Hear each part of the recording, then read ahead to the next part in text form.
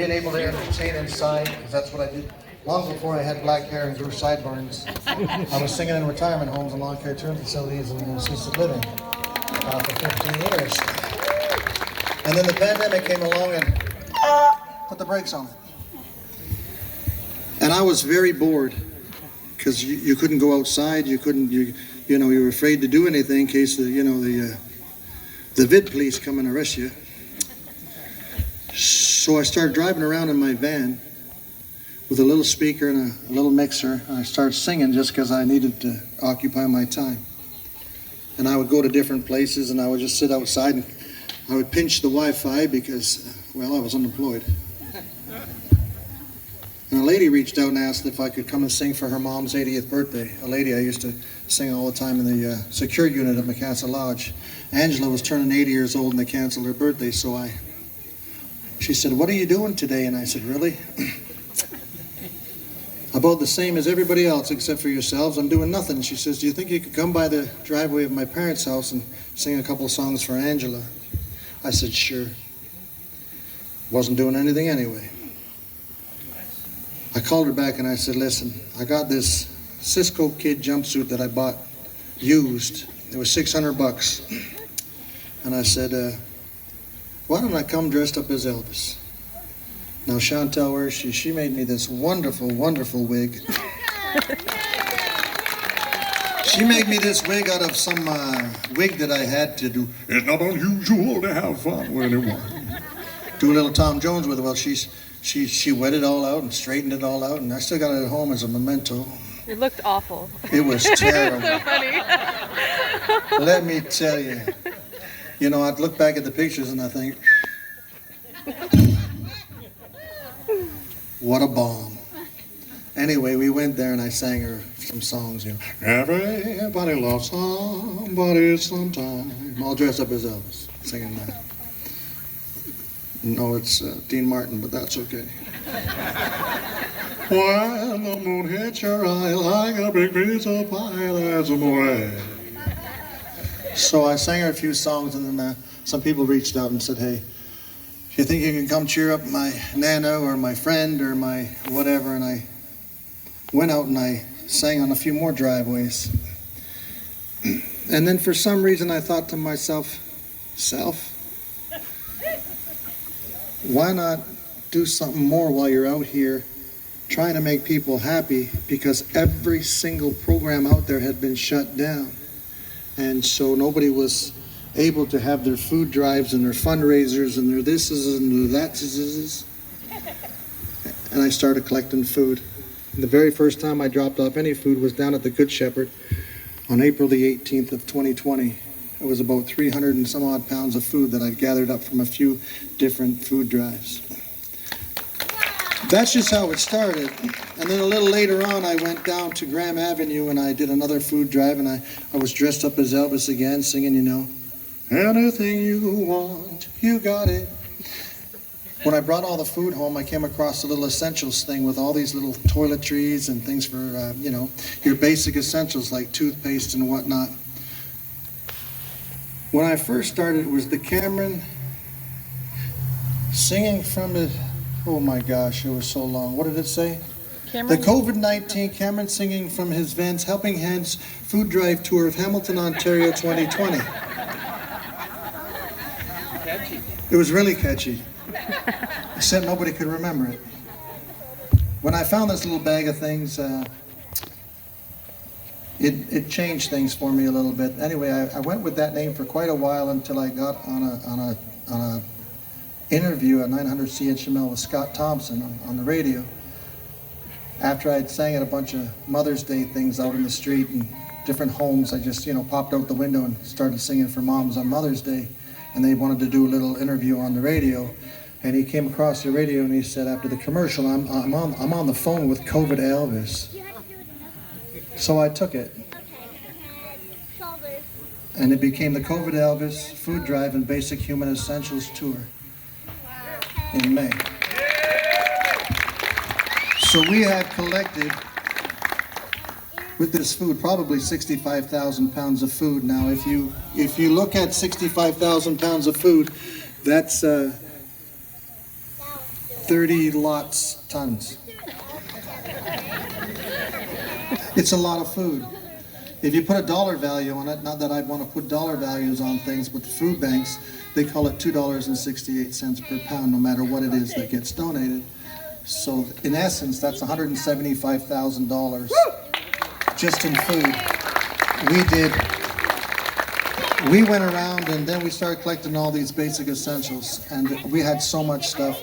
We put things in boxes. Let's do it again. Head, shoulders, knees, and toes. You know, you always get upstaged by the little ones.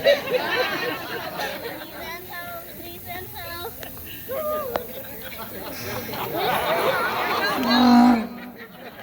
If you could bottle just one, just about this much of it, you know, the energy is unbelievable. But anyway, so we started doing other things. We made 50 cinch bags. Say it quickly. 50 cinch bags for women's shelters, and 50 duffel bags for people living in tents in the streets with all kinds of products. And anyway, long story short, we've done a lot.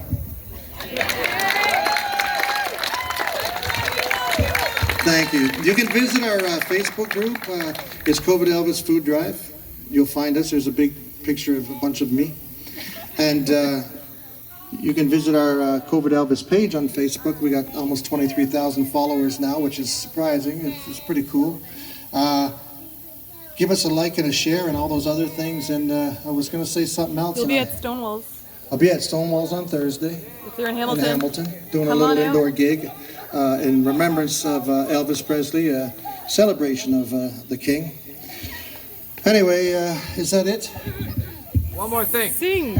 One more thing. Let's don't forget, for anyone who isn't aware about this one, let me know. Yes, that's the tip bucket. If you don't know, I didn't charge anybody. I just put out a tip bucket.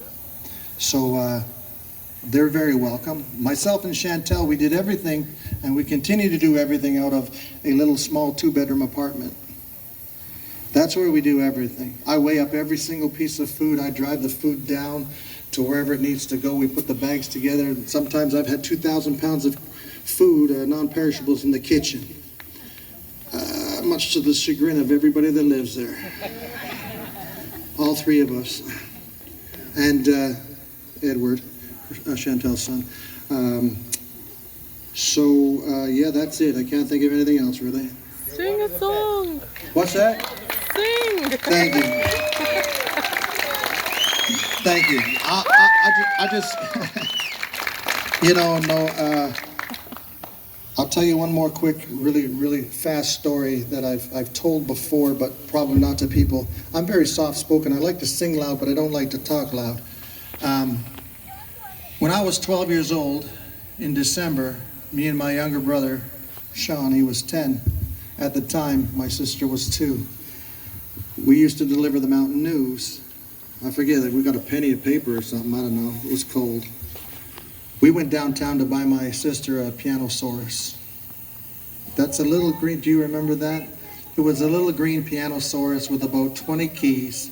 It sounded horrible, but she wanted one in the worst way. So we took our money, and we went downtown. We hopped the bus. Because you could do that when you were 12 back in the day, because your parents didn't mind you getting out of the house. We saw a fella sitting on the ground on a piece of cardboard. And we invited him to come have a submarine sandwich at Tony's Corner with us.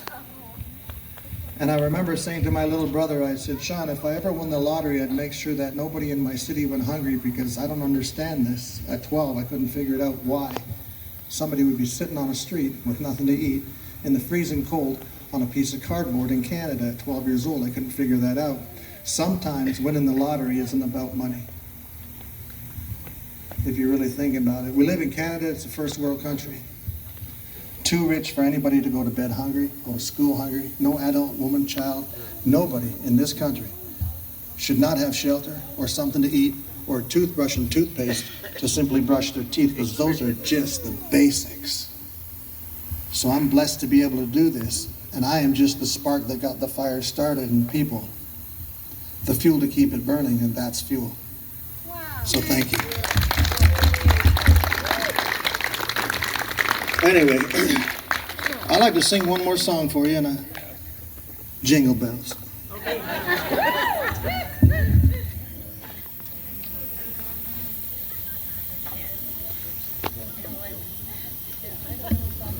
We won the gene pool lottery living in Canada.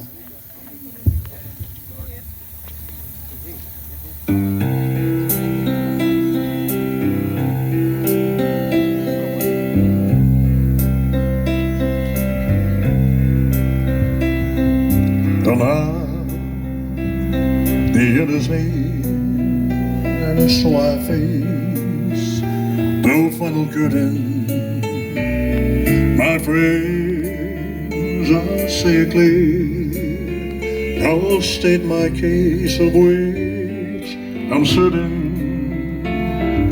I've lived a life that's full by Charlie and every highway, oh, and more,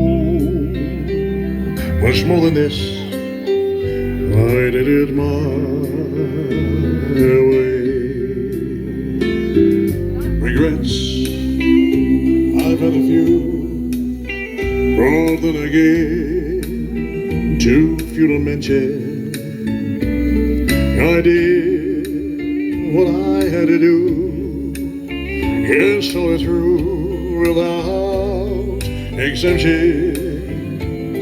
I planned each shadow course, each hill step along the byway, and more, much more than this, I did it my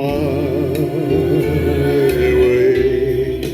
Yes, there were times she knew when I'd been all more, all I could shoot, well, through it all, and there was doubt. I hit it hard, but I spit it out. I faced it all, and I stood tall, and did it my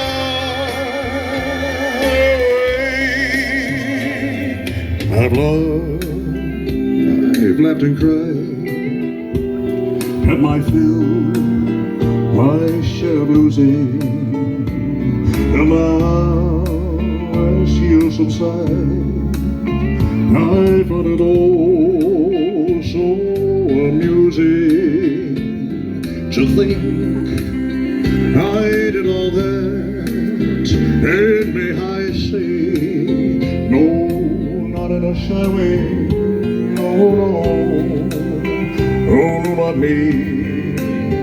I did it my way. Oh, what is a man? Oh, what has he got? Give a little say, when he has not to say the things he truly feels. Another word, oh, what a real, the record shows. I took the blows and did it my way. The record shows. I took the blows. Sing it, ladies.